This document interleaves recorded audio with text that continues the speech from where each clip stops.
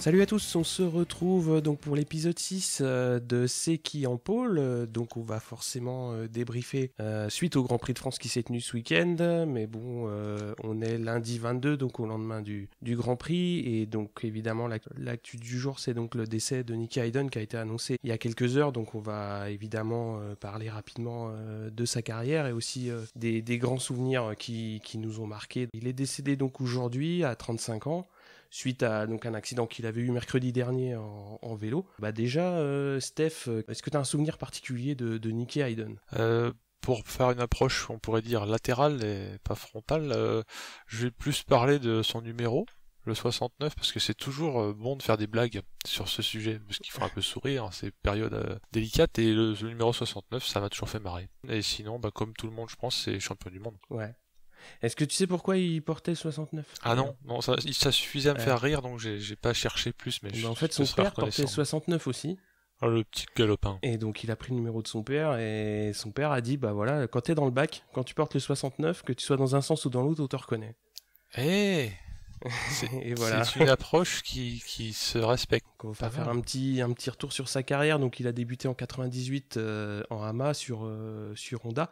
Donc en 2003, il va arriver en MotoGP, donc toujours chez Honda, sous l'impulsion donc de Mick Doohan, hein, donc qui voit en lui un talent, particulier. Et donc il va faire une grosse carrière chez Honda.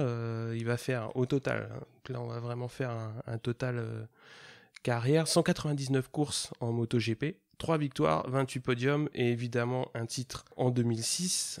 Donc ça va être le premier à sortir entre guillemets Rossi des tablettes du championnat du monde. Savoir qu'il va faire quand même aussi pas mal d'années chez Ducati, donc entre 2009 et 2013, où il retrouvera Rossi en tant que coéquipier.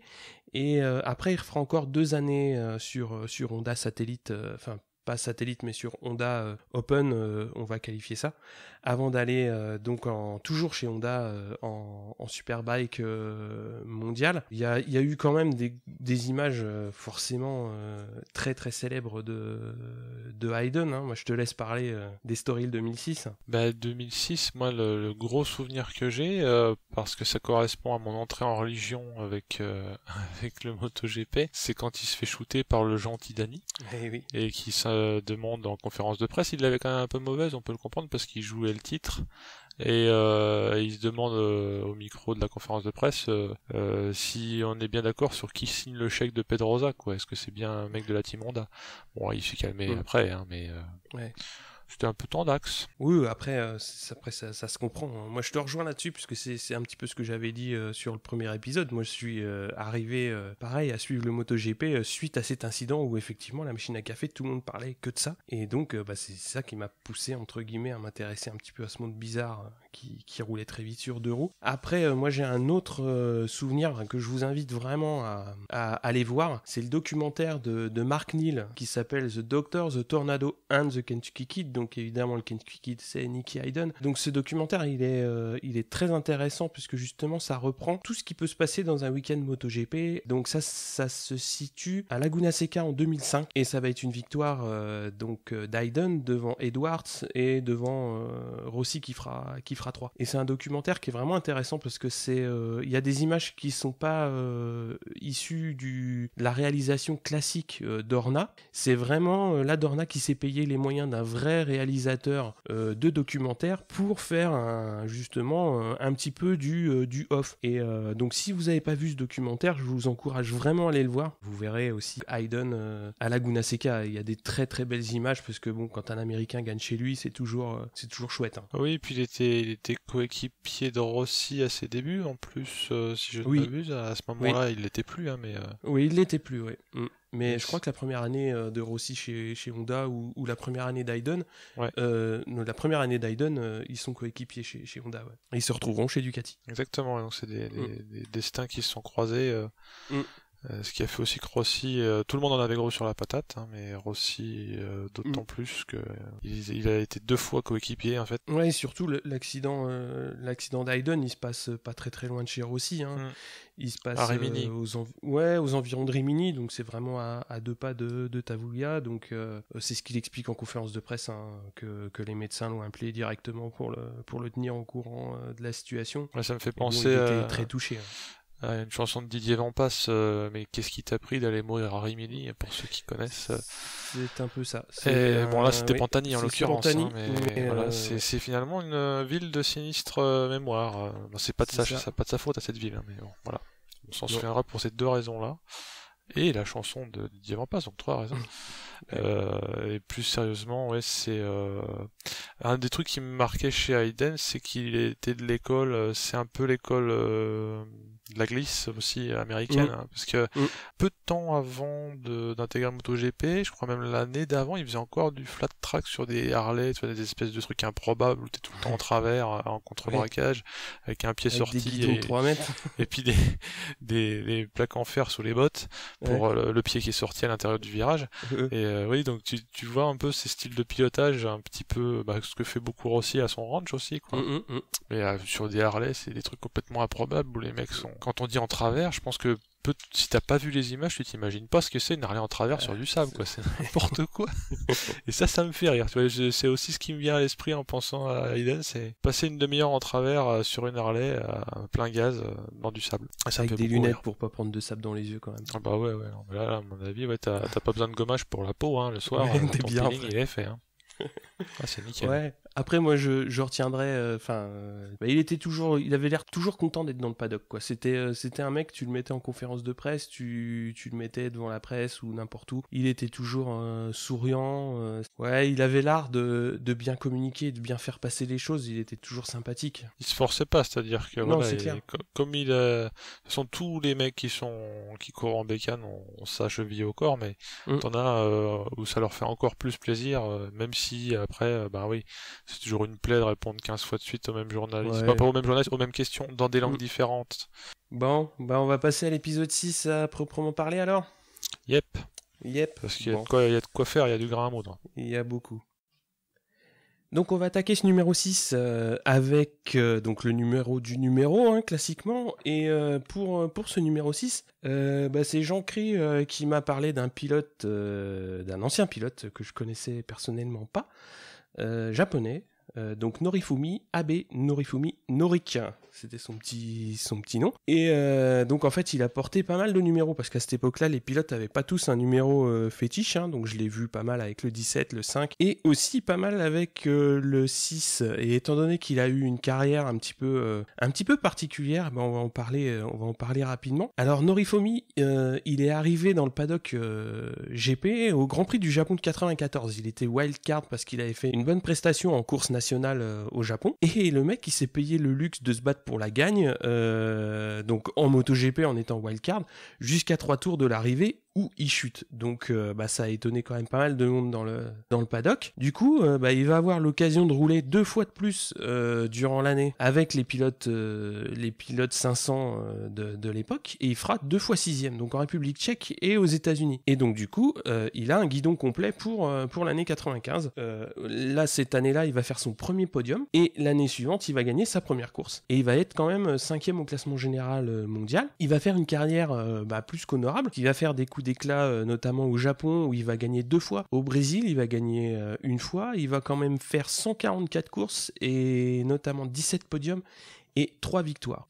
Donc il va avoir du mal quand même, c'est ça qui va un petit peu freiner sa carrière. Il va avoir du mal à prendre le virage MotoGP 4 temps. Donc il va décliner un petit peu à cette bascule qu'il va pas trop réussir à faire. Il va faire 2 ans en Mondial Superbike, 2005-2006, et en 2007, il va faire donc une année en National Superbike au Japon. Et là encore, on retrouve un destin assez particulier, puisqu'il va trouver trouvé la mort dans un accident de la route au Japon en octobre 2007, et c'est pareil, il va donc mourir jeune puisqu'il avait 32 ans quand il a eu son accident. Alors voilà, c'est une carrière assez atypique, hein, puisque quand t'arrives, il a pas suivi, à cette époque-là, je sais pas s'il suivait exactement la filière guidée comme elle peut l'être maintenant entre Moto3, Moto2, MotoGP, mais c'est vrai que arriver en wildcard, claquer un petit peu tout le monde pour arriver à faire au bout du compte pas mal d'années en MotoGP, hein, 144 courses, c'est quand même une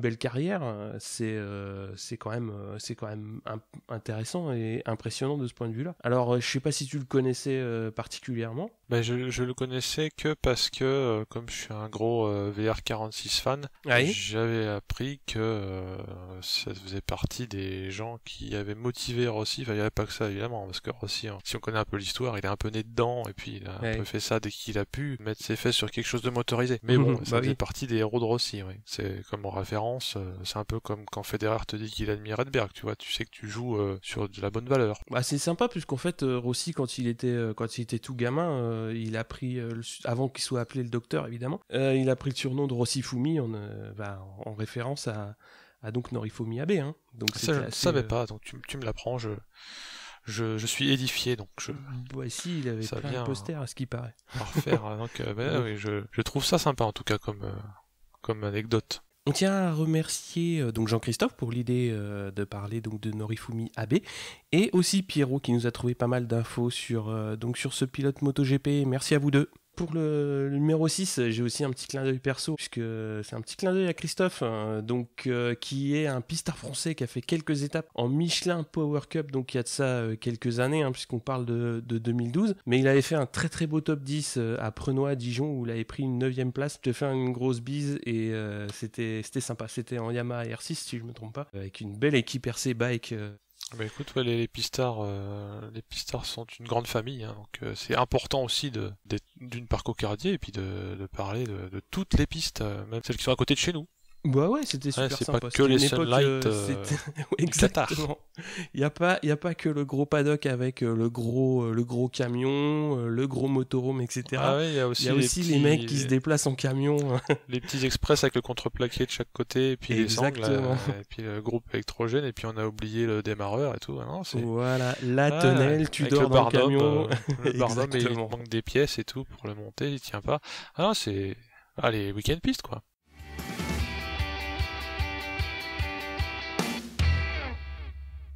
Donc on va passer cette fois-ci un petit peu à ce qui s'est dit avant le Grand Prix de France, et aussi quelques petites annonces qui ont eu lieu dans le week-end.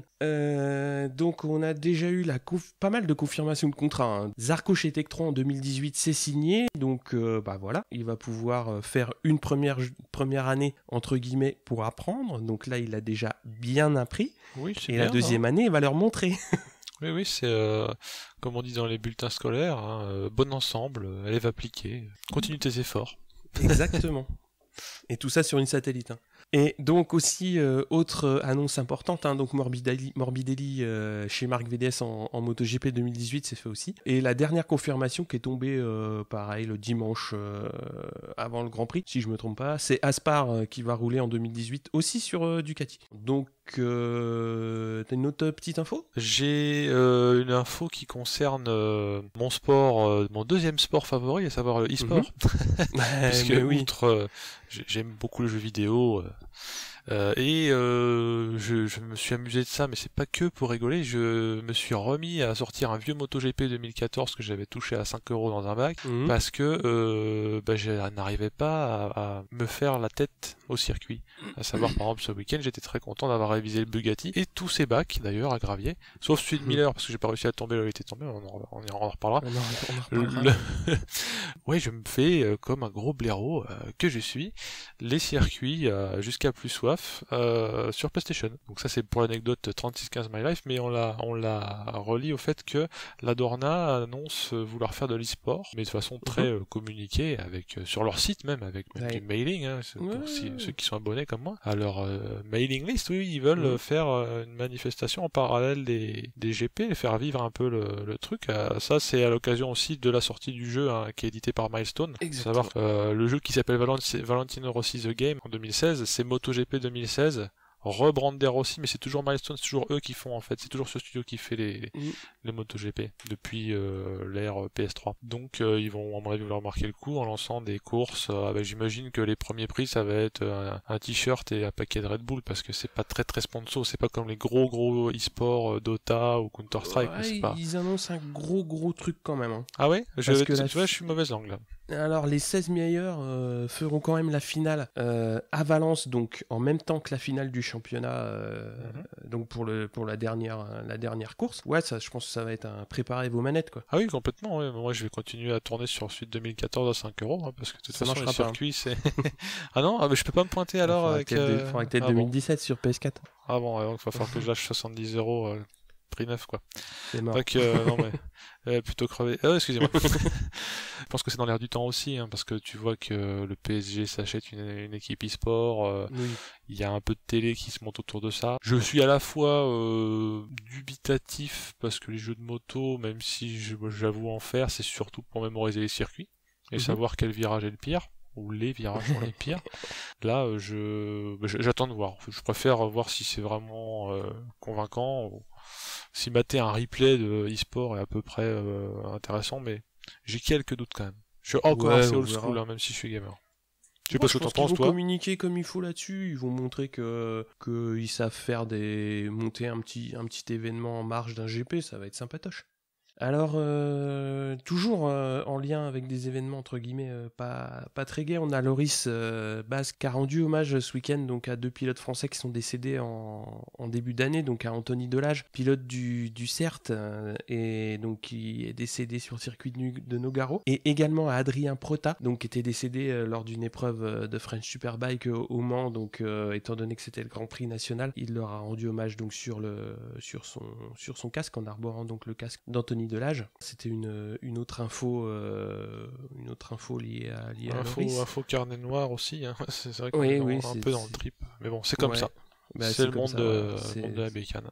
Le minimum qu'on puisse faire, c'est de leur rendre hommage tout à fait. Qu'après, il y a eu aussi, ça c'était si je me trompe pas, le vendredi soir, il y a eu une commission de sécurité pilote donc pour autoriser ou pas le pneu avant structure rigide à partir du Mugello, donc les pilotes ont pu entre guillemets voter, et a priori tout le monde, enfin la majorité, pas tout le monde, a décidé de passer sur la structure rigide, donc ça nous a valu des petits à côté sympatoches, on va dire.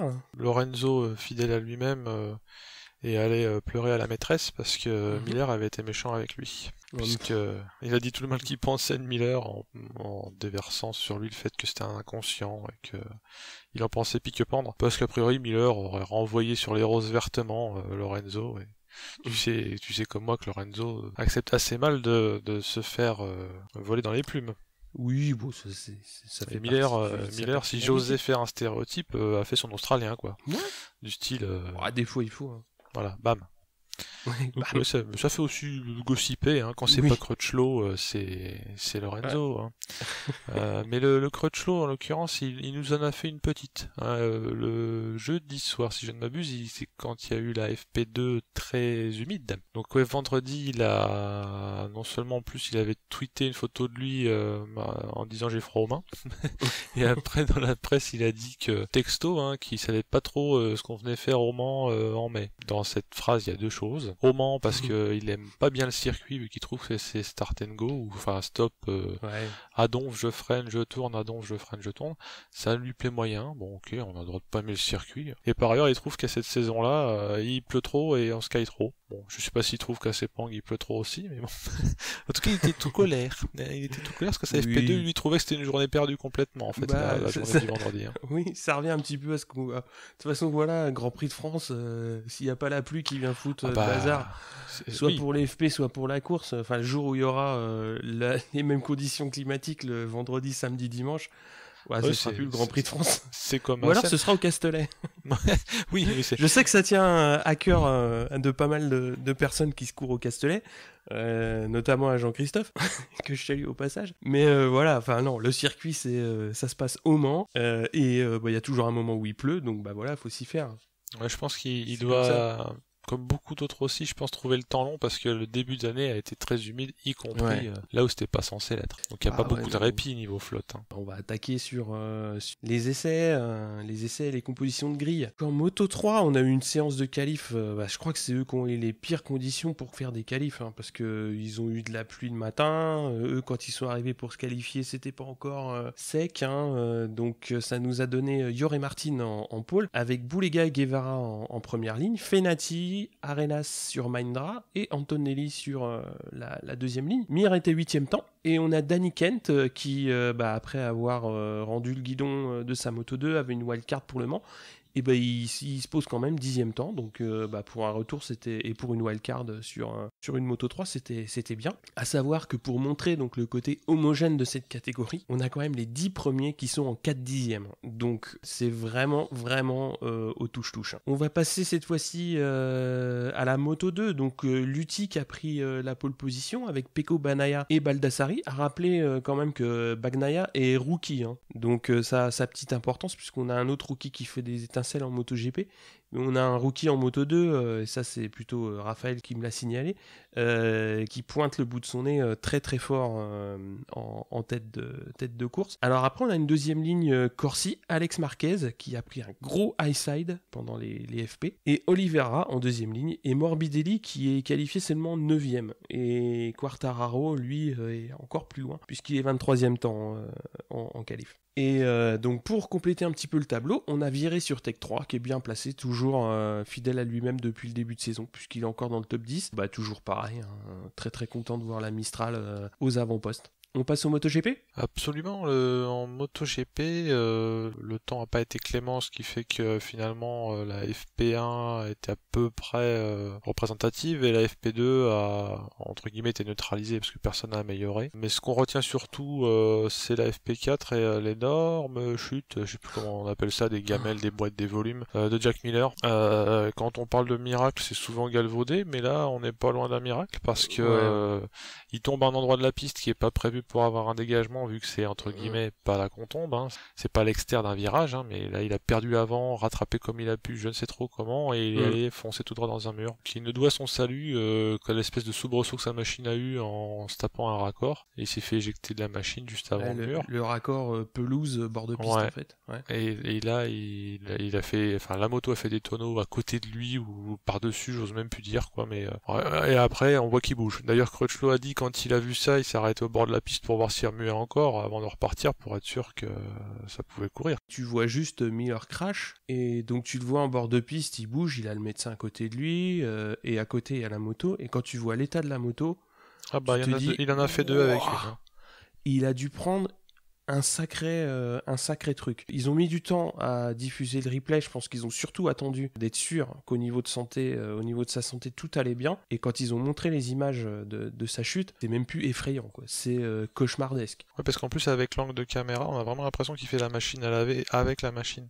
Ouais. Je sais pas sous un autre angle s'il était loin de sa machine ou pas, mais c'est la broyeuse, quoi. T'as l'impression qu'il s'est fait massacrer par sa bécane. Hein. Ouais, la hauteur où il se fait projeter, il retombe sur les pneus en bord de piste. Oui, voilà, là c'est plus une petite étoile qu'il avait au-dessus de la tête pour le protéger, c'était toute la Voie lactée. Hein. Mais ensuite, pour se remettre de nos émotions, il y a les Q1 et Q2 respectivement. Quand Q1, il y a pas mal de beau monde qui est allé se faire piéger, entre guillemets, en Q1, dont Pedrosa, qui était au purgatoire avec beaucoup d'autres. Et ce qui nous a marqué, je pense que même sans être cocardier, c'est l'effet Zarco, parce que sur la Q1, il se qualifie in extremis, à savoir dans son dernier tour. Et exactement. En plus, son dernier tour, c'est à quelques secondes. J'avais pas compris qu'il avait encore un tour valable. Il n'y avait pas le petit drapeau à damier à côté. Donc effectivement, et puis là, clac, il s'extrait scénario haletant au dernier tour, quoi. Il éjecte Pedrosa. Zarco, même s'il n'est pas premier à sauver, c'est le plus spectaculaire parce qu'il éjecte Pedrosa de la deuxième place. Ouais, pour 48 et il remonte, en plus de peu en termes de temps qui lui restait et de chrono qu'il a fait, qui accompagne Dovi en Q2. Et en Q2, c'était un petit peu la fête des Yamaha. pour parler résultat, c'est Vignales qui fait la pole et Rossi 2 dans un mouchoir de poche. Et Zarco, est-ce que ça va devenir une Zarco, à savoir claquer des pendules dans le vrai dernier tour où tu pensais qu'il avait pas le dernier tour à faire? On ne sait pas, mais déjà il est parti pour un seul run parce que il avait fatigué ses pneus et lui-même. Il s'est fait un petit cooldown en début de session pour un petit peu se remettre de son effort. Et puis le fait qu'ils avaient plus assez de pneus, si je ne m'abuse. C'est ça, en fait. Ils pouvaient pas s'amuser à faire de run. Hein. Il avait plus de pneus soft. Enfin, il avait encore un train de pneus soft en Q2, à savoir que ceux qui sont directement qualifiés en Q2, en général, ils passent 2 trains de soft pour claquer la pendule. Un premier, on va dire, sur un premier run, et après, sur le dernier, ils mettent du soft neuf, et ça claque. Mais lui, son train de soft, il l'avait déjà bouffé en Q1. Ouais, donc en un seul run, et dans son tout dernier tour, il vient se hisser sur la première ligne. Donc c'est déjà méga sensation chez Tech 3, au Mans, en France, dans nos canapés respectifs, n'est-ce pas? Oui. Oui. Moi, j'étais pas chez moi, mais c'était tout pareil. Oui, je sais plus où j'étais non plus, mais bon, j'étais en mode corne de brume, quoi. Ouais, c'est clair. Popcorn et tout ça. Donc après, Crutchlow en deuxième ligne, avec Marquez et Dovi, donc du beau monde. Hein. C'est aussi des fois qu'on est oublié que Zarco s'est hissé dans le panier de crabe. Hein. Il n'a pas fait de la figuration, il a relégué les autres à des chronos inférieurs. Et puis dans la série non pas des révélations, mais des belles surprises, les KTM qui, on n'en a pas parlé parce qu'on était très polarisés sur Zarco, mais sont qualifiés en Q2 directos. Ils ont fait une belle. En fait, pour aller en Q2, il fallait faire une belle FP3. Ce qu'a pas réussi à faire Zarco, mais ils ont fait une belle FP3, donc les deux directement en Q2, et puis Espargaro 8 et Smith 10, c'est bien. Et après, si on parle des gens qui ont eu un peu moins de réussite, il y a eu Pedrosa qui s'est effectivement fait sortir et est parti 13ème, et Lorenzo 16, donc c'était un week-end un peu bof après Rerez. Mais on n'oublie pas quand même que donc devant le Di Pedrosa, nous avions un petit Loris Baz. Oui, qui est 12e temps. Oui, un autre tout là, c'est donc pas trop grand. Non mais j'aime bien comparer Baz et Pedrosa, c'est toujours assez rigolo. Je pense que ça vaudrait le coup d'avoir les deux sur la même photo. Hein. MotoGP World Championship about to start. The gloves are off and we are racing. On va pouvoir passer tranquillement donc au dimanche avec les courses. On va commencer par la course Moto 3 où il y a eu un bon départ de Fenati et Martin. Après donc juste à l'entrée du Dunlop, en fait, avant la passerelle Dunlop, il y a quatre pilotes qui ont chuté. C'est une chute qui va avoir une importance particulière parce que les pilotes repartent et le gros problème c'est qu'ils vont perdre des fluides sur la piste donc juste après la passerelle. Et donc quand le peloton repasse lors du deuxième tour, et là t'as quasiment la moitié du peloton qui se retrouve au sol dans le bac à gravier en bas de la descente, si je me trompe pas, parce que c'est un petit peu en dévers à cet endroit-là. C'est la saloperie de virage, alors c'est un double droite. Ça descend, en fait c'est avant la chapelle et c'est en semi-aveugle et voilà, et tout le monde au tas dans le dégagement. Et donc c'est Mir qui a commencé à chuter, et après il y a la moitié du peloton qui tombe. Alors je vous invite pareil à tous regarder un petit peu toutes les vidéos qui ont circulé suite à ça, parce qu'il y a eu 2 gros coups de chance dans cette affaire, notamment Mir qui lui chute, se relève, va rechercher sa moto, sauf que manque de bol, il y a une moto qui vient le faucher par l'arrière et coup de chance il se fait rien. Et il y a eu aussi un gros sauvetage de Danny Kent qui pareil il se retrouve à 4 pattes dans le gravier. Et je sais pas par quel réflexe, il se couche complètement au sol, et il y a une moto qui lui passe à 30 cm ou 40 cm au-dessus du casque. Dans l'affaire, je crois qu'il y en a qu'un seul qui pourra pas reprendre la piste pour le deuxième départ, parce qu'évidemment ça va donner lieu à un drapeau rouge, nettoyage de piste, etc. Mais vu le nombre de pilotes qui ont chuté, surtout les motos qui ont volé, mais dans tous les sens, qu'il n'y ait eu aucun blessé, c'est beaucoup de chance pour eux. On va repartir pour 16 tours uniquement. Donc Martin et Fenati prennent la tête du peloton. Après on va avoir Antonelli qui va chuter alors qu'il était dans le groupe de tête, pas trop mal placé. Mir, il est un petit peu loin, mais il réussit quand même à remonter le paquet petit à petit. On a Martin qui chute, à savoir qu'il s'était un petit peu échappé avec Fenati. Donc Fenati se retrouve avec 1 seconde d'avance. Ce qui en Moto 3, c'est pas rien, parce que sur les précédentes courses, c'était beaucoup de courses en paquet. Et il y a une belle baston entre Canet Canet, Binder et Ramirez pour la 3e place. Donc Mir, il est remonté justement tout au long du peloton et il se retrouve à la 2e place et le trou est fait. Après, donc, ce qui se passe, c'est que Fenati chute alors qu'il est en tête. Du coup, c'est notre ami Mir qui se retrouve à la tête de course avec Canet, Binder, Ramirez en bagarre pour le podium.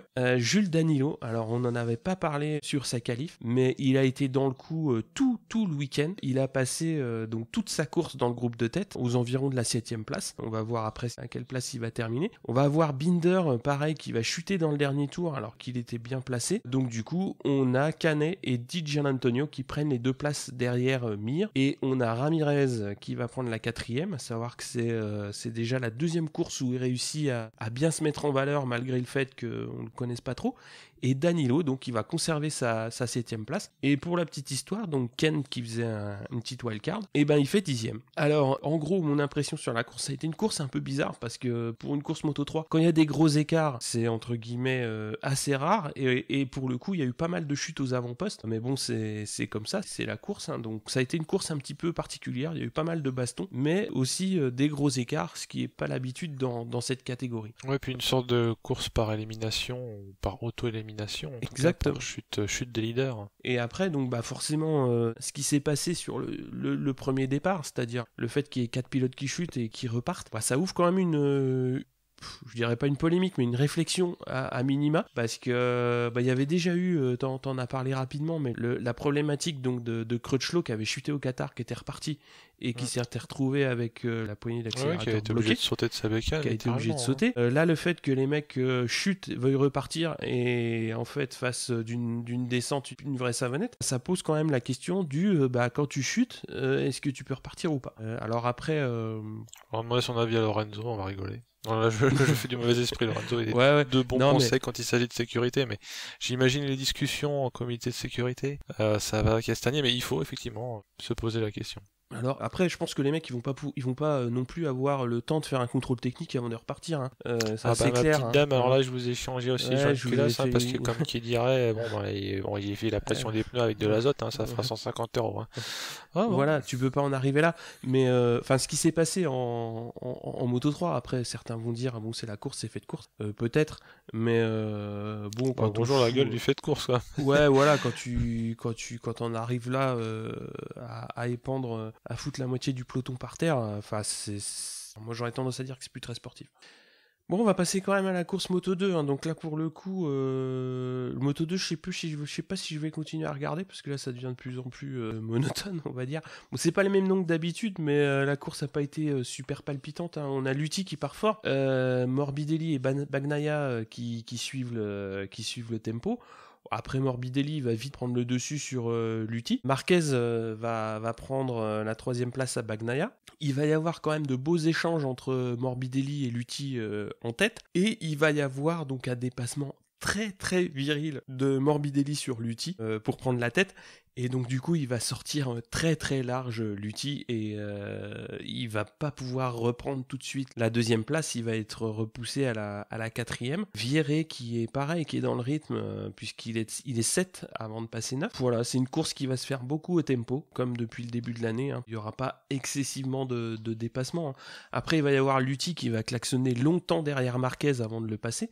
Il va le passer à 4 tours de la fin. Morbidelli l'emporte devant Bagnaia et Lutti. Donc il y a Marquez qui va faire 4, Pasini 5 et Egerter 6. La course était pas palpitante, mis à part les petits échanges de début de course entre Morbidelli et Lutti, hein, qui étaient quand même notables.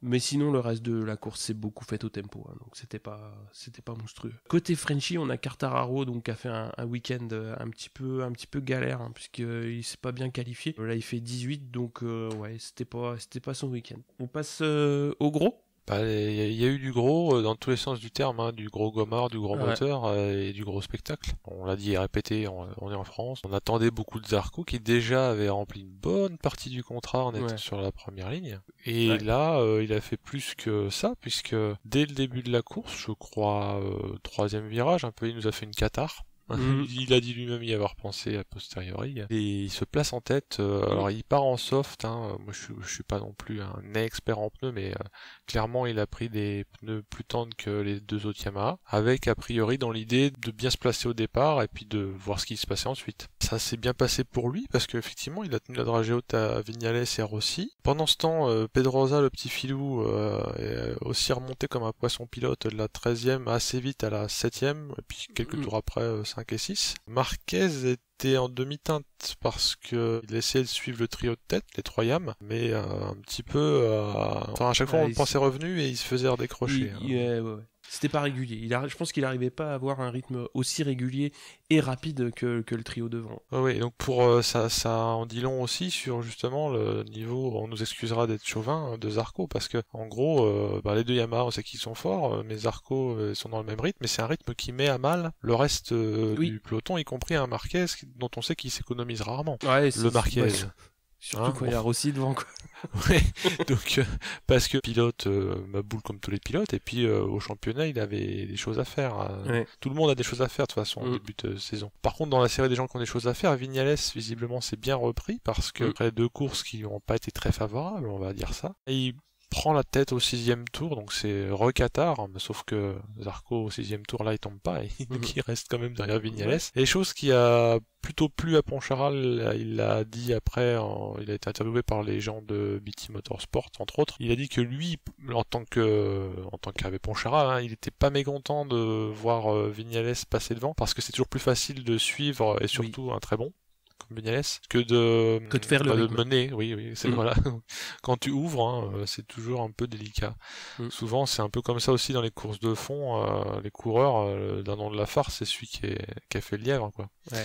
D'un point de vue tactique, c'était pas trop mal que Zarco essaye de rester 2, ou du moins top 3, et c'est ce qui s'est passé, on va le voir par la suite. Mais pendant ce temps, que se passe-t-il un peu plus derrière? C'est pas non plus les attardés, c'est pas la queue du peloton, mais il y a d'autres groupes, et ça se bastonne un petit peu. Les Repsol, elles font 4 et 5, puisque c'est Marquez 4, Pedrosa 5. Et le Pedrosa en question, pour arriver à cette place-là, il a fait... c'est même pas un bloc pass qu'il a fait à Crutchlow. On connaissait pas, mais tu as vu ça comme moi. Je ne l'ai pas reconnu. Un bloc pass depuis l'arrière. C'est-à-dire que normalement les bloc pass, t'arrives au niveau du mec et t'es parallèle et tu dis allez tiens, maintenant là c'est depuis l'arrière. Moi j'appelle ça une demi-Yannone, c'est-à-dire que c'est à peu près aussi violent. La Yannone complète, tu fais tomber l'autre. Oui, voilà. Et toi avec de préférence aussi, parce qu'il faut vraiment que ça reste ridicule. Ouais. C'est pas que un attentat, c'est un attentat suicide. Mais alors là, il a fait on va appeler ça du stock car pour prendre des termes de profane. Non, donc voilà, c'est assez surprenant. Je pense que le plus surpris ça a dû être Crutchlow, parce que il n'a pas dû l'avoir arrivé, surtout de la part de Pedrosa, genre idéal. Ça fait réfléchir. Maintenant, peut-être que Pedrosa avait envie de marquer un peu les esprits aussi, je sais pas. Et alors 17e tour, chute de Marquez parce que il essayait non seulement de pas se faire rattraper par Pedrosa, il essayait aussi de recoller le trio des Maboul, Yamaha devant. Donc chute, une grosse chute, perte de l'avant en pleine courbe.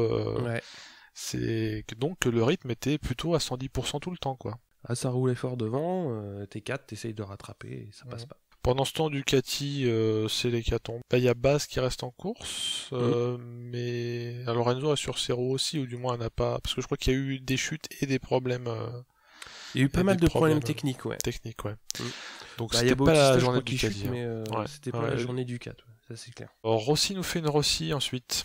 À savoir qu'il passe, après avoir un peu observé, beaucoup observé même, et il fait la spéciale, je te passe en te gênant, comme ça, tu me repasses pas tout de suite derrière. Au niveau de la chicane d'Alop. Vu de mon canapé, j'avais pas l'impression que c'était facile de doubler à cet endroit-là. Faut croire que, c'est comme ça. Lui, il est sur la moto, il est pas sur son canapé aussi. Oui, c'est ça, oui. Et puis c'est un peu Valentine Rossi quand même. Oh, mon cœur de midinette, c'est en bas.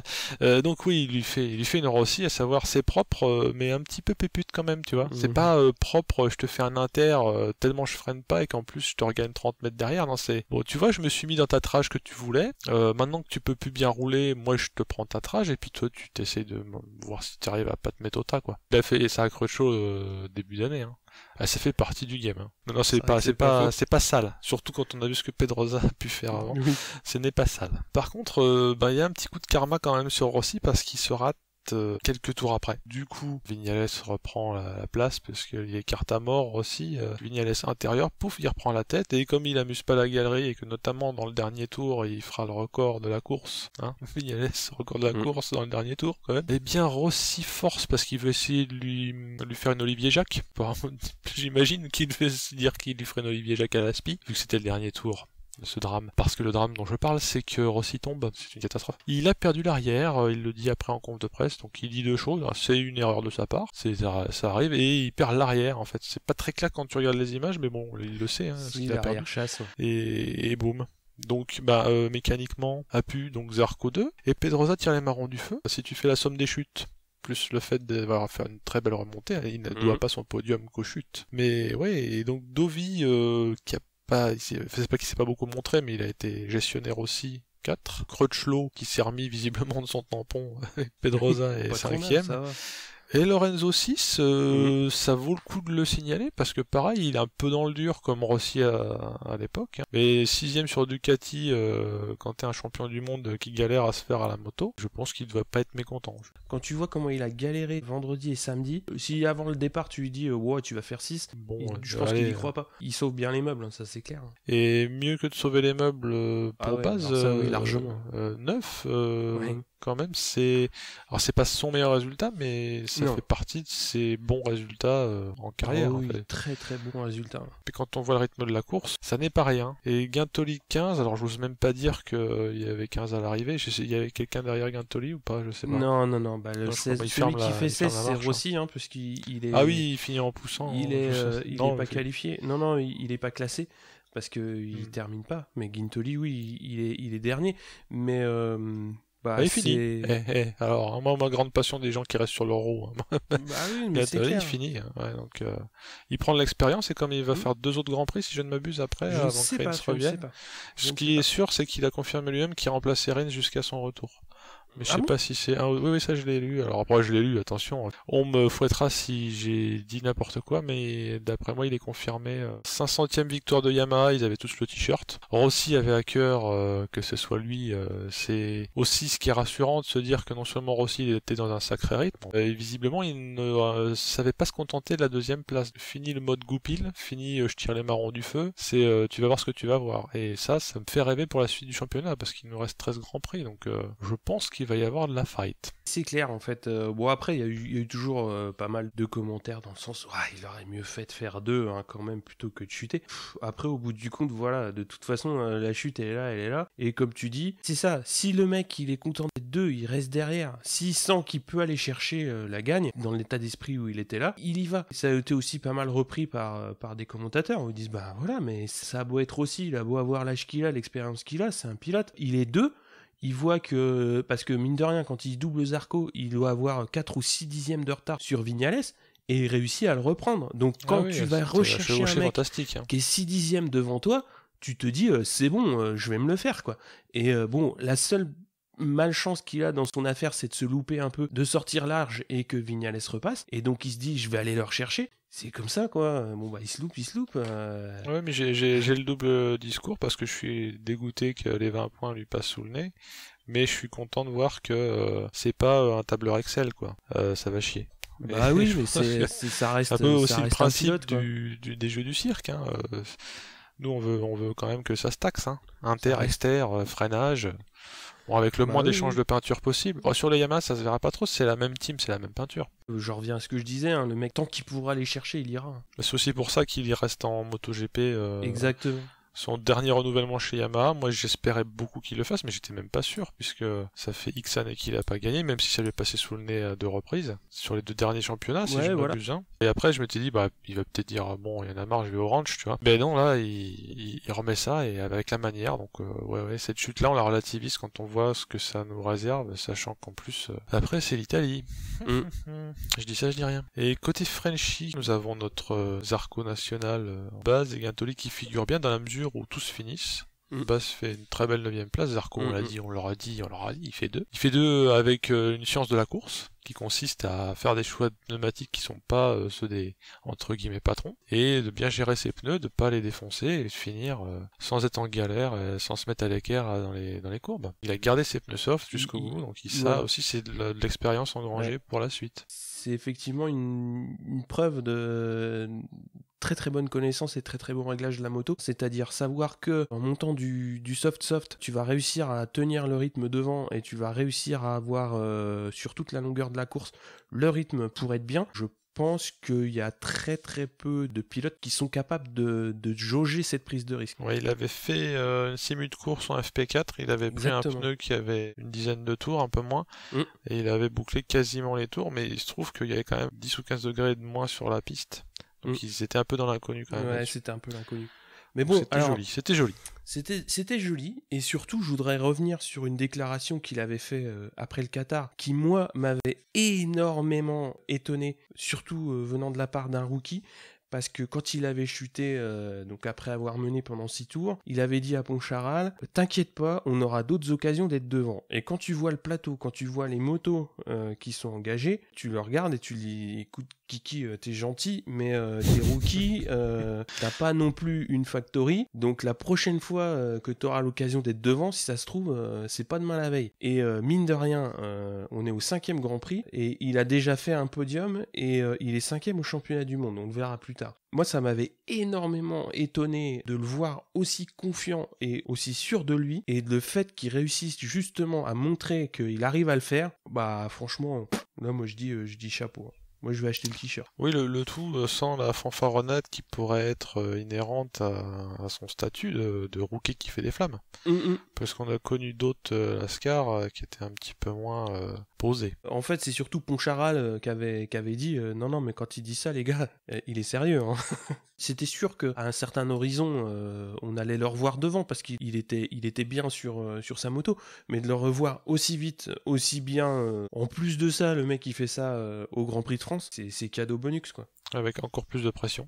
Bien sûr, et c'est ce qu'il a dit en conférence de presse. Il a dit tout le monde me dit Zarco podium, mais bon, on verra bien chaque chose en son temps. Bah voilà, 3 jours après, le mec il est à la 2e place et il boit sa coupette de champagne avec les copains. Et puis pas des moindres, quoi. Donc c'est ce qu'il fait, c'est génial. Hein. Je sais pas si tu l'as acheté, mais il a fait un petit tour dans l'équipe magazine, hein, qu'il l'a suivi sur RS. Ouais. C'est quand même pas souvent qu'on a un champion moto aussi haut dans le classement en catégorie Rennes. C'est bien parce que ça pousse, parce que quand on parle de Zarco, évidemment, qui est bien placé, on parle aussi de base, hein, parce que mine de rien, par rapport à son coéquipier, là, il est vraiment en train de faire une très très belle saison. Il est vraiment en train de montrer qu'il a sa place dans la catégorie, que c'est pas uniquement un coureur qui est là pour remplir la grille. Franchement, je voudrais vraiment qu'il touche un bon guidon pour montrer ce qu'il sait faire. On a besoin de mecs comme ça, ça fait du bien à ce sport. Qui est à mon avis pas assez médiatisé. On n'est pas objectif. Mais on est là aussi pour essayer de médiatiser le truc en faisant un peu de tintamarre, en parler, de merveiller des podcasts. Bon, on va faire un petit point championnat. Donc en Moto 3, Mir 99 points devant Fenati et Canet, donc Fenati 65, Canet 63. En Moto 2, Morbidelli 100 points, puisqu'il a fait 4 victoires en 5 courses. Lutti 2e 80 et Marquez 3e avec 62. En Moto GP, on a Vignales devant avec 85, Pedrosa 2 avec 68, c'était toujours pareil. Pedrosa, tu le vois pas venir parce qu'il est tout petit, mais il est 2e. Et Rossi, 3e, pareil, avec 62 points. Et on a Zarco qui pointe à la 5e place du championnat. C'est le premier satellite devant Crutchlow. Hein. Il a déjà 15 points d'avance sur Crutchlow. Donc on va faire un petit point Frenchy. Hors Grand Prix, Guintoli n'avait pas de course puisqu'il était en GP, il n'avait pas de Superbike, de British Superbike. Par contre, on a eu du Super Sport en Italie sur le circuit d'Imola le week-end d'avant, avec Mayas et Cluzel. Et Sofoglou s'impose devant Mayas et Cluzel fait 6. Et au championnat, donc on a Mayas qui est en tête avec 85 points et 27 points d'avance sur le second, Sheridan Moret. Pareil, comme à chaque fois, on fait un petit point et on va les suivre sur ce championnat donc de Super Sport. Je vais te laisser présenter le prochain Grand Prix qui se profile donc dans 2 semaines, le 4 juin. Je vais faire exprès de pas citer les sponsors, parce que j'en ai marre qu'il y ait des sponsors devant les noms des Grands Prix. Je vais dire c'est le Mugello. Voilà. Ceux qui s'intéressent iront voir le sponsor. Moi je le mets à chaque fois. fois. C'était à JC Le Mans. Bon, je vais dire c'est Oakley, ils ont tous des lunettes sur la ligne d'arrivée, ou même, je sais pas si tu as vu quand ils se préparent, mais je me marrais par rapport aux lunettes de soleil aussi, parce que avant ou après les courses, dès qu'ils quittent leur casque, t'en as un des assistants qui leur file les lunettes avec lesquelles ils sont maqués, et l'autre c'est la casquette. Donc, et t'as un troisième pour la montre. Oui, donc j'attends bientôt qu'il y ait des vêtements connectés où les combis affichent des trucs en OLED. Exactement. Pour que ça bouge un peu, parce que c'est toujours les mêmes sponsors, tu vois, c'est pas marrant, il faudrait que ça puisse un peu gigoter. Le Oakley machin truc du Mugello. Qu'est-ce que c'est que le Mugello? Alors, le Mugello, ça fait référence à la région dans laquelle ça se trouve, au nord de Florence, qui est pas un coin dégueu, hein, puisque la Toscane c'est chaud au lit. Hein. Dans ma tête de Piaf, ça se cognait avec Misano, je crois que c'était celui qui était près de chez Rossi, celui qui est près de chez Rossi, c'est Misano, c'est San Marin en fait. Le QG de Valentino, c'est l'autre, mais il aime bien aussi ce circuit-là. Ouais. Alors c'est un circuit qui a une histoire, alors ils ont tous des histoires, hein, les circuits évidemment, mais celui-là, il date d'avant la Première Guerre mondiale. Alors à l'époque, c'est un peu pour la blague parce que c'était des courses sur route ouverte de 66 km, donc c'était pas vraiment un circuit. Peut-être qu'il revenait au point d'arrivée, au point de départ, je veux dire, il bouclait peut-être. Mais... Et au fur et à mesure des années, c'est devenu, après, les courses sont réduites en kilométrage et c'est devenu un circuit fermé. Et le vrai début du Mugello, comme on le connaît, c'est que en 88, c'est un circuit qui était déjà fermé mais qui a été racheté par Ferrari, acheté, remodelé, rénové, donc la totale. Hein, et il a été depuis 91 le circuit officiel du Grand Prix d'Italie. Alors sémantique, hein, excusez-moi, mais ce Grand Prix d'Italie c'est celui-là parce que l'autre c'est le Grand Prix de San Marin. Oui, San Marin qui est un timbre-poste, une enclave à côté justement de Rimini et de Tavullia. Parce qu'avant 91, il y avait des grands prix en Italie, mais ça changeait quasiment tous les ans. Un petit peu comme en France, on en faisait à toi à moi avec le Castellet, le Mans, un coup de Magny-Cours une fois, on sait pas pourquoi. Bon là, c'était un peu ce même genre-là, mais depuis 91 et depuis surtout justement que Ferrari a refait le circuit. Et en termes de tracé, en termes de sécurité, c'est là que ça se passe. Tu te doutes bien que je vais aller jouer sur ma PlayStation. Oui, je me suis fait un petit tour de vidéo embarqué, même pas par quelqu'un de connu, mais et là j'ai pris peur et j'ai compris que ça voulait dire le dénivelé. Alors encore une fois, c'est pas le corkscrew, mais c'est un circuit qui est extrêmement vallonné parce que il fait 5 km 2, ça à la limite entre guillemets on s'en fiche. Par contre, il y a une grande ligne droite, c'est un peu comme les circuits US. 1 km 14, donc peut-être vitesse de pointe à chercher pour les Ducats, nous verrons. Surtout, hormis sa grande ligne droite, ce qui est impressionnant, je le citais un peu avant, c'est qu'il est très vallonné. Les chiffres là peuvent faire peur parce que c'est 40 mètres de dénivelé entre le virage 3 et 8, sachant qu'il y a 12 virages, donc en gros, en moins de la moitié du circuit, tu prends 40 mètres de descente. Le truc que je déteste sur la route classique et j'imagine encore plus sur circuit, c'est des virages en dévers. Alors tu vois ce que ça donne un virage en dévers, c'est 2 fois plus de raisons de se péter la gueule. J'en ai un sur mon trajet quotidien, je sais ce que ça donne, j'ai un rond-point en pente dans le mauvais sens. Bah ouais, tous les jours j'ai peur quoi. Donc là je me dis les mecs ils arrivent à fond de balle dans un virage en dévers. Et le virage 1 qui est en bout de ligne droite, c'est une épingle en montée en aveugle aussi. Le grand 8 du MotoGP. Il se dit qu'il est un des plus techniques et des plus exigeants de la saison. Ça ne m'étonne pas parce que je pense avoir un peu de mal à le faire sur PlayStation. Je vous en dirai plus la prochaine fois. Et si on fait un palmarès au thon, la course au palmarès continue de lister l'ère Rossi qu'on estime comme ça, comme les paléontologues débutés vers les années 2000. Rossi est un peu le patron, alors c'est en trompe-l'œil parce qu'il a 7 victoires. Un peu comme Arerez en fait, ça a beaucoup de victoires mais ça fait longtemps qu'il n'y a pas gagné. Alors qu'il a 7 victoires, Lorenzo 5 victoires. Et finalement après il y a plus trop de patrons parce que Marquez, Pedrosa et Stoner se partagent une victoire. 2016 on peut quand même citer l'alarme à l'œil parce que le vainqueur c'est Lorenzo suivi de Marquez et Iannone. 2016 c'est casse-moteur pour Rossi. Ouais. Rossi sur le bord de la piste avec la fumée derrière. Je ne m'en suis pas encore remis. J'étais changeant. Ouais. Il faut aussi, hormis la casse-moteur qui lui a coûté son Grand Prix favori, il a gagné de 2002 à 2008. Donc il a gagné 7 victoires de suite, 7 années de suite. Il s'est fait une Marquez sur le quota, là c'est 7 victoires de 2002 à 2008, le cannibale. On peut espérer que quasiment 10 ans après, parce que ça fait 9 ans, puis se remettre ça, puisque là, j'estime que l'année dernière il a gagné. Je suis comme ça, moi. Allez.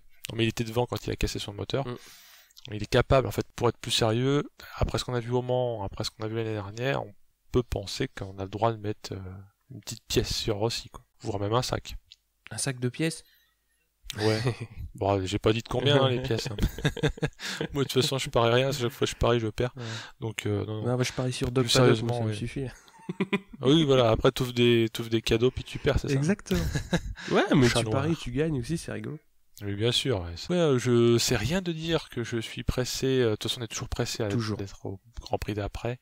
Mais là, vu ce qu'on a vu au Mans, pour beaucoup de pilotes d'ailleurs, hein, ça vaut pour Zarco, les 2 Yamaha officiels. C'est exactement ce que j'allais te dire. Moi, maintenant, celui que j'attends. C'est lequel que tu attends? Ah, bah, c'est Zarco. Hein. Ah, bah, Ah moi, oui, j'avais dit, de toute façon, je l'avais dit lors du dernier épisode, la grosse marche qu'il avait à franchir, c'était d'être sur le podium. Et j'attendais absolument pas qu'il soit capable de le faire au Mans. Maintenant, il l'a fait, donc pour moi, oui, c'est la porte ouverte. C'est pas un podium de raccro. Hein. Bah, en plus, voilà. Qui allait chercher avec les dents. C'est pas un podium cadeau où il y a eu énormément de chutes devant. Il a montré qu'il était très très bon pilote, qu'il savait très très bien régler sa moto. Tout ce qu'il faut, c'est la régularité, être sans arrêt devant. Et quand il est dans le groupe de tête, il sait rester, il sait se faire respecter. Maintenant, c'est lui que j'attends à chaque course, quoi. Ouais, c'est pareil. De toute façon, moi je suis bicéphale. Hein. J'attends toujours Rossi, hein. Même s'il a un bras dans le plâtre et qu'il part de la 18e place, je l'attends toujours. Donc c'est pas le problème. Mais effectivement, au moins autant on attend Zarco. Alors après, sur le Mugello, moi j'ai un petit mot à dire, parce qu'il y a toujours une écurie qui se prépare de manière assez particulière pour ce Grand Prix, c'est les Ducati, parce que ils sont à la maison et à chaque fois, de toute façon, cherchez pas, ils vous mettent un moteur neuf et ils vont vous mettre les potards à 110. Hein, ça c'est clair. Oui, avec un peu d'éther dans le réservoir. Exactement. Les mecs, c'est le Mugello, donc ils veulent absolument bien figurer. Ils savent qu'ils peuvent faire quelque chose. Ils font des tests privés spécialement pour le Mugello pour y être prêt. Donc c'est toujours une écurie qui est prête pour le tracé et qui sait se mettre dans de bonnes conditions pour faire des résultats. Donc de toute façon, en plus maintenant ils ont Lorenzo, ils seront présents. Après, tout peut arriver, hein. Ça c'est évident. Je dis pas que les autres se préparent pas. Oh, mais clairement, mais c'est pas du tout neutre, quoi. Exactement. Il y a ceux qui sont préparés et il y a Ducati. Voilà. Non mais Ducati, tu viens faire des essais. Sur le calendrier, il y a une croix sur ce week-end-là. Comme Poncharal, hein, quand les Tech 3 viennent en France, quand Crutchlow avait fait un podium en France, je sais plus en quelle année, ça avait été la fête absolue. Là, quand Zarco lui amène une 2e place, c'est pas que Zarco, hein, c'est toute une équipe hein, qui a super bien bossé. Hein, quand tu vois un Guy Coulon dans le garage, mais bon, c'est le home race de Ducati et ils veulent faire quelque chose de spécial tous les ans. Mais c'est un peu comme Stoner à Phillip Island. Exactement, sauf que Stoner à Phillip Island, tu vas jamais chercher. Oui, lui, il gagne. Ça va être le moment de nous quitter ? Eh ben, à regret, hein, écoute, mais ça veut dire que on part, moi sur ma PlayStation, et puis aussi à éplucher un peu ce qui va se passer avant les courses. Exactement. Parce que ça va peut-être un petit peu cancané. Alors, bah évidemment, pour se quitter, moi je vais vous inviter quand même à aller sur le site MotoGP puisqu'ils ont fait une très très belle vidéo avec les grands moments de la carrière de Nicky Hayden, hein, donc ça rappelle de bons souvenirs. On va se quitter sur une note un peu triste, mais bon voilà, c'est la course, mais on pense à lui et on pensera à lui sur beaucoup de courses, je pense encore. Et tu peux nous rappeler le docu qui est fort intéressant, oui, que j'ai pas vu et que je vais m'empresser de voir. Alors c'est The Doctor, The Tornado and the Kentucky Kid, donc ça a été fait par Mark Neal et ça date de 2006. Écoute, merci pour ton co-hosting et ta préparation toujours aux petits oignons. Ouais, merci à toi. Vivement le Mugello. Ouais, bah ouais. Allez. Salut à tous. Nicky Hayden up the inside on the brakes. Nicky Hayden takes the lead. Hayden, Edwards has run off the track. Edwards has run off the track. Colin Edwards chasing his first ever Grand Prix victory. They're into the chicane. Oh, Hayden and Edwards side by side. Edwards holds the advantage. Hayden's got into the dirt. And Nicky Hayden just going to win his first Grand Prix. Unbelievable.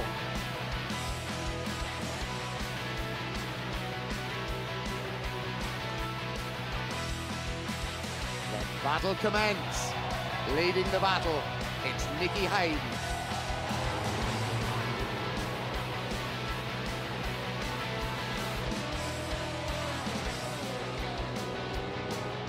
Hayden moves into second place as they go into the corkscrew. Nicky Hayden second, Kenny Roberts relegated to third place. Nicky Hayden, one would get the feeling, has decided this is getting too serious. The checkered flag is being readied. Not only is Nicky Hayden going to win the US Grand Prix, he is going to increase his lead in the World Championship.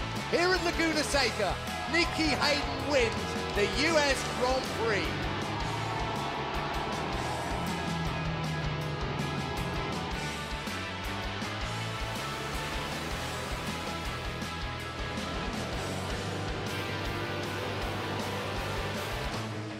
Very, very important that Nicky Hayden get one. Oh, somebody's gone. Is it Pedrosa that's gone? Is it both the Hondas have gone? They've both gone. Hayden has gone, and the Repsol Hondas have both crashed out. Danny Pedrosa and Nicky Hayden have crashed out of the Grand Prix of Portugal. The World Championship has been blown wide, wide open. Nicky Hayden has crashed out after a collision with his teammate Danny Pedrosa. 17 rounds of the World Championship, making up the 2006 World Championship title. Valentino Rossi is going to have to produce the ride of his life if he is going to win the 2006. Oh, Rossi's gone down! Rossi's down! Rossi's down! Rossi has crashed out! Rossi has lost the World Championship! Valentino Rossi has crashed out of the Valencia Grand Prix. But ladies and gentlemen, salute the 2006 MotoGP World Champion. It's the American Nicky Hayden.